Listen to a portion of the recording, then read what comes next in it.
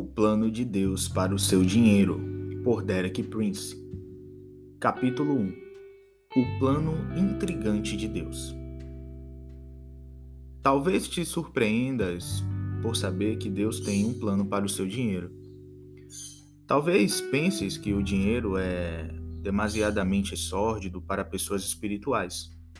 Como alguns de nós, talvez tenhamos crescido em um ambiente religioso que se refere ao dinheiro como algo sujo.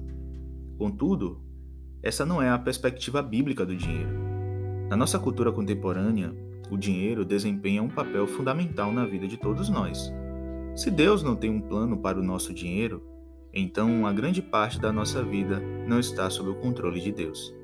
Por sua vez, isso afetará, inevitavelmente, outras áreas da nossa vida. Essa realidade acontece em relação a muitos e em um número bastante elevado de cristãos. A sua vida não está realmente sob o controle de Deus e procuram resolver os seus problemas sendo mais espirituais, entre aspas. Mas muitas vezes a resposta deveria ser mais prático, ser uma pessoa mais prática. Se não cuidarmos das nossas finanças de acordo com o plano de Deus, então toda a nossa vida fica desorganizada. Por mais espirituais que sejamos em outras áreas, só conheceremos a verdadeira bênção e o domínio de Deus na nossa vida quando sujeitamos o nosso dinheiro à vontade de Deus revelada na sua palavra, pois a Bíblia revela claramente que Deus tem um plano para o nosso dinheiro. Como professor da palavra de Deus, tenho a responsabilidade de compartilhar o plano de Deus para o seu dinheiro, tal como compartilho o seu plano em relação a qualquer outra área de sua vida. Em Atos, no capítulo 20, versículo 20, e também no versículo 27, Paulo diz: "Como nada que útil seja, deixei de vos anunciar e ensinar publicamente e também nas casas, porque nunca deixei de vos anunciar todo o conselho de Deus." Por outras palavras, Paulo diz: toda a palavra de Deus será útil ao povo de Deus. Daí de ter ensinado tudo. Toda a vontade de Deus inclui a sua vontade para o nosso dinheiro, pois o dinheiro faz parte de todo o conselho ou plano de Deus. Quero salientar de uma forma mais geral que Deus tem realmente um plano que abrange cada área da nossa vida. Em Romanos 12, no versículos 1 ao 2, Paulo diz: "Rogo-vos, pois, irmãos, pela compaixão de Deus, que apresentei o vosso corpo em sacrifício vivo, santo e agradável a Deus, que é vosso culto racional." Note que a adoração espiritual inclui o nosso corpo. Nós falamos no aspecto físico. Algumas pessoas pensam que o corpo não é espiritual. Ser espiritual inclui fazer as coisas corretas com o nosso corpo, que é apresentá-lo a Deus como um sacrifício vivo. Depois Paulo prossegue no versículo seguinte dizendo: "E não vos conformei com este mundo, mas transformai-vos pela renovação do vosso entendimento, para que experimentais qual seja a boa, agradável e perfeita vontade de Deus." A vontade de Deus é desvendada em 3 fases sucessivas por meio de 3 lindas palavras. A vontade de Deus é boa, agradável e perfeita. Essas palavras representam 3 fases da nossa percepção da vontade de Deus. Quando começamos a perceber isto, descobrimos que é boa. Deus nunca quer nada mal para o seu povo. Depois descobrimos que é agradável e aceitável. Quanto mais a percebo, mais quero que faça parte da minha vida. Por fim, ao avançarmos na percepção e aplicação da vontade de Deus, descobrimos que é perfeita ou completa. A vontade de Deus estende-se a cada área da nossa vida, e isso inclui o nosso dinheiro. Paulo indica 2 passos essenciais para descobrir a vontade de Deus. O primeiro, rendermos-nos sem reservas a Deus. Paulo diz: "Coloca o teu corpo no altar de Deus como um sacrifício vivo." Paulo, quando diz isso, está comparando com os sacrifícios do Antigo Testamento, em que os animais eram oferecidos, primeiro mortos e depois colocados sobre o altar, que eram separados assim para Deus. E Paulo diz que temos que fazer a mesma coisa com o nosso corpo, colocá-lo sem reservas no altar ao serviço de Deus. Há apenas uma única diferença, que nosso corpo ele não deve estar morto, mas devemos ser apresentados como um sacrifício vivo. O segundo passo essencial para descobrir a vontade de Deus é aprender a pensar conforme Deus pensa. Paulo chama isso de renovação da mente. Isso significa alterar a forma global, geral de encarar as coisas, o que inclui a maneira como nós definimos os valores e os padrões e as prioridades. Só com a mente renovada podemos perceber qual é a vontade de Deus. Gostaria de salientar algo muito importante em relação ao dinheiro. Não subestimes o seu dinheiro. Não o diminuas, nem penses que não é espiritual e que não tem importância. Na realidade, o que representa o seu dinheiro? Fica a pergunta. Posso ajudar sugerindo que representa 4 coisas muito importantes. Primeiro, o seu tempo. Segundo, a sua força. Terceiro, os seus talentos. E quarto, a sua herança. A sua herança pode ser dinheiro ou outras coisas de valor, como casas, terras e pessoas que deixaram algo para você, que se preocupavam com você, como seus pais, por exemplo, que pode ter deixado algo na sua vida. Talvez você tenha ido à universidade e recebido uma educação muito boa, e todos esses anos de estudo, esforço e empenho estão representados pelo seu dinheiro que você tem no atual presente. Porque se você não tivesse tido essa formação, essa educação, feito cursos que você fez, você poderia agora não ter conseguido ter essa quantidade de dinheiro, esse salário que você tem. Por possuir talentos e capacidades especiais, você pode ser uma pessoa muito prática, porém esses talentos e essas capacidades, elas são representados pelo seu dinheiro. Certamente também que o seu dinheiro representa o seu tempo. Se você trabalha 8 horas por dia, 5 dias por semana, você investiu ali 40 horas da sua vida, 40 horas da sua semana, que te trazem retorno financeiro. Quando você investe o seu dinheiro, você está investindo uma grande parte de ti, né, da sua própria pessoa. Que esse investimento pode ser para o bem ou pode ser para o mal. E eu espero que você possa começar a perceber quão importante é investir o seu dinheiro naquilo que é bom de acordo com a vontade e o plano de Deus. O plano de Deus para a sua vida, incluindo o seu dinheiro, resume-se em uma palavra maravilhosa: prosperidade. É o que está declarado na 3ª epístola de João, versículo 2, onde o autor diz a um cristão: Amado, desejo que te vá bem em todas as coisas e que tenha saúde, assim como bem vai a tua alma.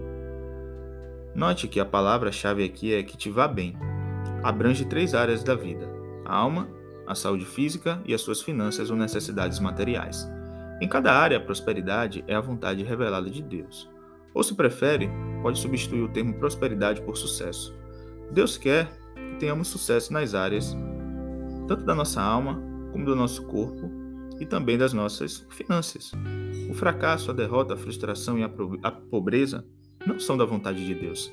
Eu cresci em uma tradição religiosa em que ser santo significava ser uma pessoa pobre. Respeito as pessoas que defendem essa perspectiva, mas isso não é uma visão bíblica.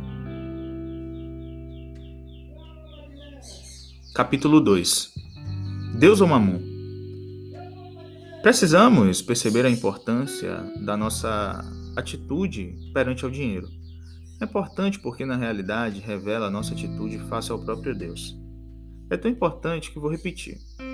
A tua atitude para com o dinheiro revela, na realidade, a sua atitude perante a Deus.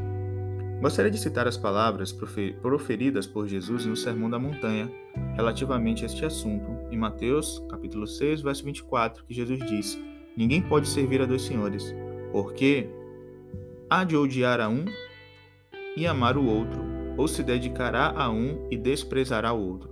Não podeis servir a Deus e às riquezas, ou a Mamon. Examinemos neste momento o significado da palavra mamon. Uma das traduções modernas diz: não podereis servir a Deus e ao dinheiro. Mas é uma tradução muito limitada, porque mamon significa muito mais do que somente dinheiro. Mamon significa um poder espiritual diabólico que prende os homens e os escraviza através do dinheiro. Não é o dinheiro em si, mas o poder espiritual que atua no mundo e na vida de milhões de pessoas através da sua atitude em relação ao dinheiro. É a esse poder que se atribui a palavra mamon. Jesus diz: não podeis servir a Deus e a mamon, e acrescenta: ou odiarás a um e amarás o outro, ou dedicar-te-ás a um e desprezarás o outro. Isso induz-nos a uma reflexão muito séria. Se amamos mamon, odiamos Deus. Por outro lado, se nos dedicamos a Deus e a nossa vida lhe está consagrada, desprezamos mamon. Atenção! Isso não é odiar o dinheiro, mas sim repugnar essa força satânica que escraviza os homens e mulheres através do dinheiro. Repugnamo-la e não deixamos que ela nos domine. Não há hipóteses para neutralidade. Devemos reconhecer quem está a mandar em nossa vida. Não é opcional. Servir é antes uma opção a quem servirmos: a Deus ou a mamon. Um pouco mais adiante, no mesmo capítulo de Mateus, no versículo 33, Jesus, ao dizer o seguinte, revela que é uma questão de buscar primeiro o reino de Deus e a sua justiça, e todas as outras coisas vos serão acrescentadas. Jesus não diz que temos que passar sem essas coisas, mas diz que não devemos colocá-las em primeiro lugar. Temos que colocar Deus e a sua justiça permanentemente em primeiro lugar na nossa vida. Este é um compromisso para com Deus, seu reino e propósitos. Jesus diz que se não formos atrás de mamon e se não fizermos dele o nosso Deus, mas se servirmos o verdadeiro Deus e o seu reino e justiça, então Deus providenciará para que todas as coisas materiais e financeiras de que necessitamos nos sejam acrescentadas. Não persigas o dinheiro. É extremamente cansativo e provoca muita frustração. Não corras atrás do dinheiro. É de fato que Jesus diz: o dinheiro é que deve correr atrás de ti. Se a tua vida está no caminho correto, então o dinheiro vai lhe ser acrescentado. Não precisa passar noites acordados ou ocupar o seu tempo e ficar aqui tentando planos para enriquecer. Tenho seguido este princípio há mais de 40 anos e, pela graça de Deus, posso testemunhar que ele é fiel. Por vezes, a minha fé foi provada. Por vezes, tive que dizer não a certas coisas apelativas do mundo e que são consideradas normais e permitidas. Mas, ao olhar para trás, tenho que dizer que Deus tem sido totalmente fiel. O princípio de colocar Deus em primeiro lugar encontra-se divulgado por toda a Bíblia. Há 2 versículos maravilhosos que demonstram bem isto. Em Provérbios, no capítulo 3, no verso 9 ao 10, diz: honra ao Senhor com a tua fazenda e com as tuas primícias de toda a tua renda, e se encherão os teus celeiros abundantemente, e transbordarão de mosto os teus lagares. Os celeiros e lagares são todas as suas necessidades materiais. Serão abundantemente supridas e superarão as expectativas. Quando conseguirás isto? Quando honrares Deus com as tuas riquezas. Como honrar Deus, então, com as nossas riquezas? Dando-lhe as primícias, ou seja, reservar a primeira ou a melhor porção de todos os seus rendimentos e dispô-la para Deus. Não há meio termo com o nosso dinheiro, ou honramos ou desonramos a Deus. Gostaria de dizer, com todo respeito, que Deus não quer as suas migalhas, as suas gorjetas. Quando você vai à reunião da igreja e passa o momento da coleta do dinheiro, não coloque lá centavos, pois isso é um insulto para Deus. Não deve dar-lhes o mesmo que você dá a um frentista ou a um garçom. Não trate Deus assim, porque estará insultando e desonrando. De forma similar, as Escrituras indicam que colocar em primeiro lugar o dinheiro e não a Deus é uma idolatria. Em Colossenses 3, no versículo 5, Paulo adverte: mortificais, pois, os vossos membros que estão sobre a terra, a prostituição, a impureza, o apetite desordenado, a vil concupiscência e a avareza, que é a idolatria. Note que Paulo diz que a avareza é idolatria. Quando você põe o dinheiro em primeiro lugar, estás a transformá-lo no teu Deus. Transformar o dinheiro no teu Deus é idolatria. O Senhor disse a Israel: não terás outros deuses diante de mim. Na nossa cultura contemporânea, há muita gente para quem seu Deus não é o verdadeiro Deus, mas o dinheiro. Essas pessoas são culpadas de idolatria. Repare que a avareza é mencionada como uma série de outras coisas desagradáveis, como fornicação e impureza.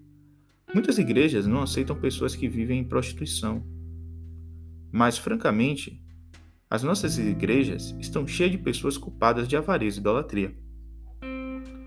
Em 1 Timóteo, no capítulo 6, versículos de 9 a 11, é-nos advertido contra transformar o dinheiro em nosso Deus e contra o desejo de ser rico, dizendo: mas os que querem tornar-se ricos caem em tentação e em laço, e em muitas concupiscências loucas e nocivas, que submergem os homens na ruína e na perdição. Porque o amor ao dinheiro é a raiz de toda espécie de males. E nessa cobiça, alguns se desviaram da fé e se transpassaram a si mesmos com muitas dores. Mas tu, ó homem de Deus, foge dessas coisas e segue a justiça, a piedade, a fé, a caridade, a paciência e a mansidão. Não pode haver um vazio na nossa vida. Se queremos ver-nos livres do amor ao dinheiro, temos que perseguir outra coisa. Outra coisa deve ocupar o seu lugar. Paulo diz: segue a justiça, a piedade, a fé, a caridade, a paciência, a mansidão. A fé é necessária para quebrar o controle de Mamon na vida. Num determinado momento ou outro da sua vida, vai ter que fazer qualquer coisa para te libertar do controle de Mamon. Posso exemplificar como em determinado momento da minha vida, quando dei à obra do Senhor tudo quanto possuía financeiramente e materialmente. Desisti de um emprego bastante prestigiado e bem remunerado, com um possível futuro promissor, e avancei em plena fé sem nada mais a suportar-me, a não ser as promessas de Deus. Mas ao fazê-lo, destruí o controle de Mamon em minha vida. Recusei ser escravo de Mamon. Até o próximo áudio. Que Deus vos abençoe, irmãos. Não deixem de se inscrever no canal, de deixar o like e compartilhar com outras pessoas. Amém?